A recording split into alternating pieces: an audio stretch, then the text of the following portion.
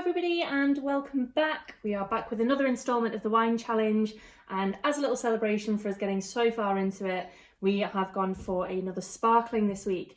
So it's one that I'm sure that everybody has tried before, everyone should be familiar with, but we have a Prosecco. The one that we've chosen, this Bella Modella, is just a really good example of what a good Prosecco should be. It's not one that I've tried before, but it's one that we sell really well in the shop, and I'm very excited to give it a go. So I'm not going to have too much of a preamble for this one. I'm just going to crack straight on with it and give you my thoughts. So let's pop it open. So I'm going to release the cage, keeping my thumb over the top just in case. It's easier, I find, if you twist the bottle while holding your top hand still. There we go. Maybe jump a little bit there. So I'm going to start by pouring myself a little measure. Good tip, always try and pour this at an angle when you've got a fizz. It just prevents it from frothing up too much at the top while you're pouring, and then you have to let it settle and you have to go back in to like top it up. Just a little fun tip. So let's start with our 5 S's. Obviously the first one is C. So I can see that this is pretty pale in colour really. I'm not getting too much kind of yellow coming through from it, but just a very pale yellow, maybe slightly lemony yellow colour. It's fizzy. It is a sparkling wine, so I can see all the bubbles coming through there. Yeah, I think that's pretty much all I'm getting from that on the C front. So I'm going to move swiftly on to S number 2, which is sniff. So quick preliminary smell. To be honest, I'm not getting a very pronounced smell from it. It's not got much on the nose. To be honest, I'm really not getting much at all there. I am going to give it, S number 3, a swirl. I don't want to swirl it too much. I don't want to break all the bubbles out of it. I still want to get that sparkling. But I think a little bit of a swirl might help release some of the smells that we're looking for. Again, not too much, just a gentle one. Another quick smell. I think predominantly I'm getting maybe a bit of citrus from that. Maybe a bit of citrus, maybe a bit of like green fruit, but not very discernible green fruit. So green fruit could cover all manner of things, you know, things like apples and pears and so on. But yeah, sort of citrusy, kind of lemony smell, but maybe with a hint of maybe pear or apple going on in there. But it's not a very pronounced smell. It doesn't jump out at you the way that a lot of other wines have done, you know, especially with things like the Chardonnay that we had, or especially some of the red wines where it's just hit you in the face the second that you put your nose anywhere near it. It's a lot more kind of muted when it comes to the nose. So I guess there's nothing left to do but our final S. So S number 5, we have sip. So cheers. Okay, that's really quite fresh. It doesn't linger on my palate too much, and it's not as acidic as I was maybe expecting. Okay, so that's kind of coated my taste buds. We'll go in for the second sip. Ooh, yeah. It's got a nice kind of spritz, a nice little sparkle to it. Fizzes a little bit on your tongue. There is a slight kind of, almost like a roundness, like a round finish to it, a round end to it. I don't know if that makes sense at all. I don't know if there's any kind of technical term for that, but there is almost, after I've swallowed it, the flavours don't necessarily hang around for too long, but it kind of has this kind of rounder kind of mouth feel. I don't know, I could be talking absolute rubbish, but it's what I'm getting. I'd definitely stick with kind of citrus notes as for the kind of fruit flavours that I'm getting from it. Yeah. Citrusy, it's crisp, it's fresh, it's because it doesn't have like a super long finish to it, it is quite refreshing. It doesn't linger in your mouth too much, so I can imagine it would be a really good sort of mouth cleanser, sort of cleansing your palate in between, you know, amuse-bouche or like, you know, a few different kind of dishes that you have. I mean, a very nice example of what a Prosecco is. I've had a lot of Prosecco in my past, and we'll have a lot of Prosecco in my future, and this is a really nice bottle. Something which maybe you'd get for, you know, a few bottles for like a nice occasion, you know, with some friends.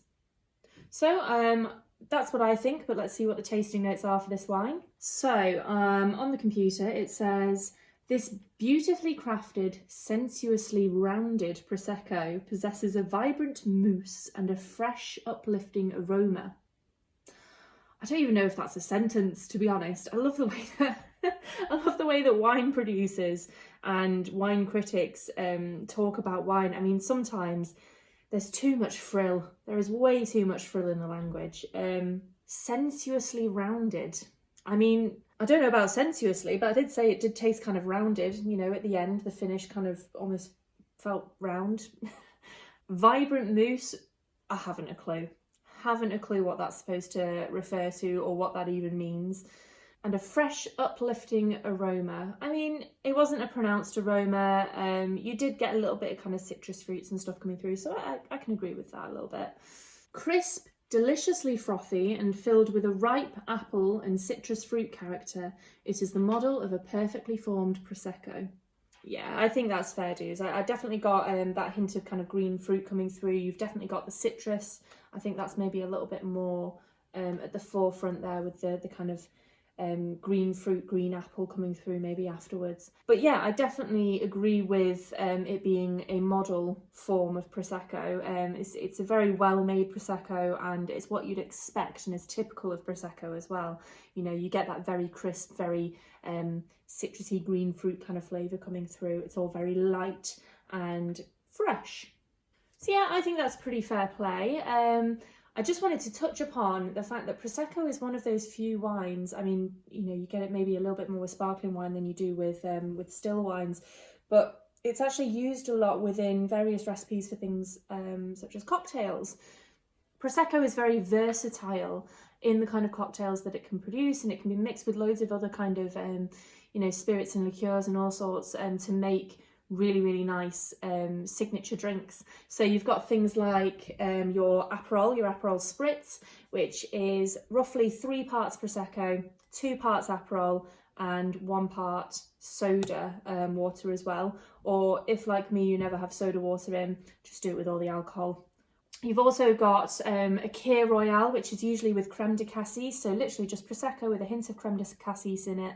You get that extra little addition of sweetness, so you've got kind of more the crisp, fresh, citrusy flavours going on, and then you had a little bit of sweetness from the creme de cassis. Now, a nice alternative to creme de cassis, if you don't have it, is Chambord, which is, again, it's a black raspberry liqueur instead.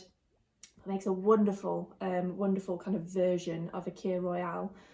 Or, of course, you've got the classic things like mimosas, which you get in brunches with orange juice, or you get bellinis with peach puree. There's so many different ways to drink Prosecco. It's such a versatile wine and such a delicious wine. It just works with so many things. So you had a couple of different options for cheese this week.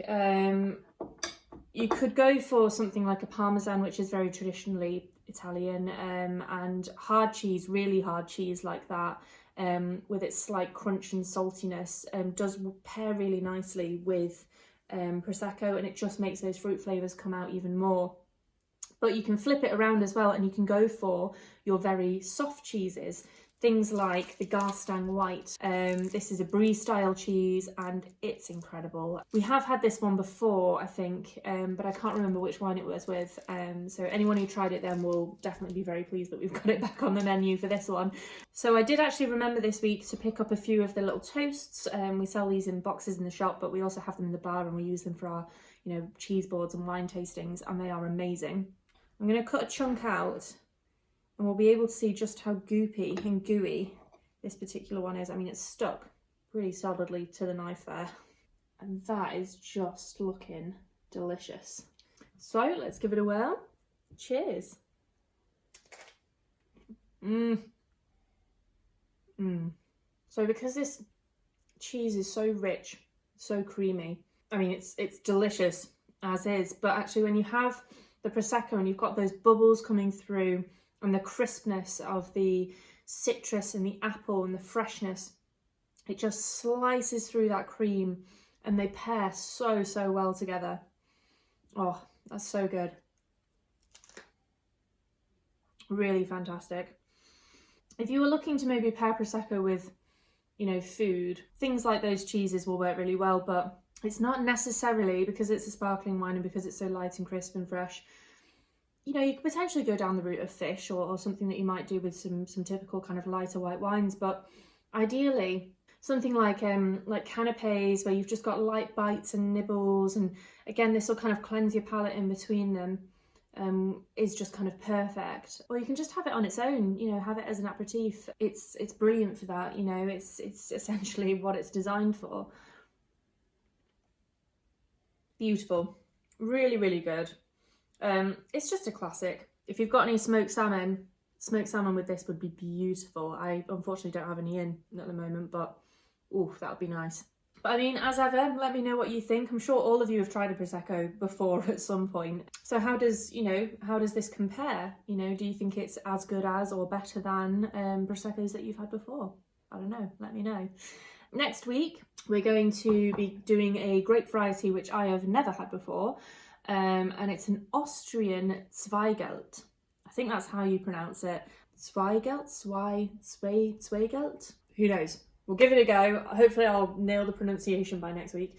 But it's a red wine and something which is very typical for Austria. So yeah, should be an interesting one. Something that we've not tried before.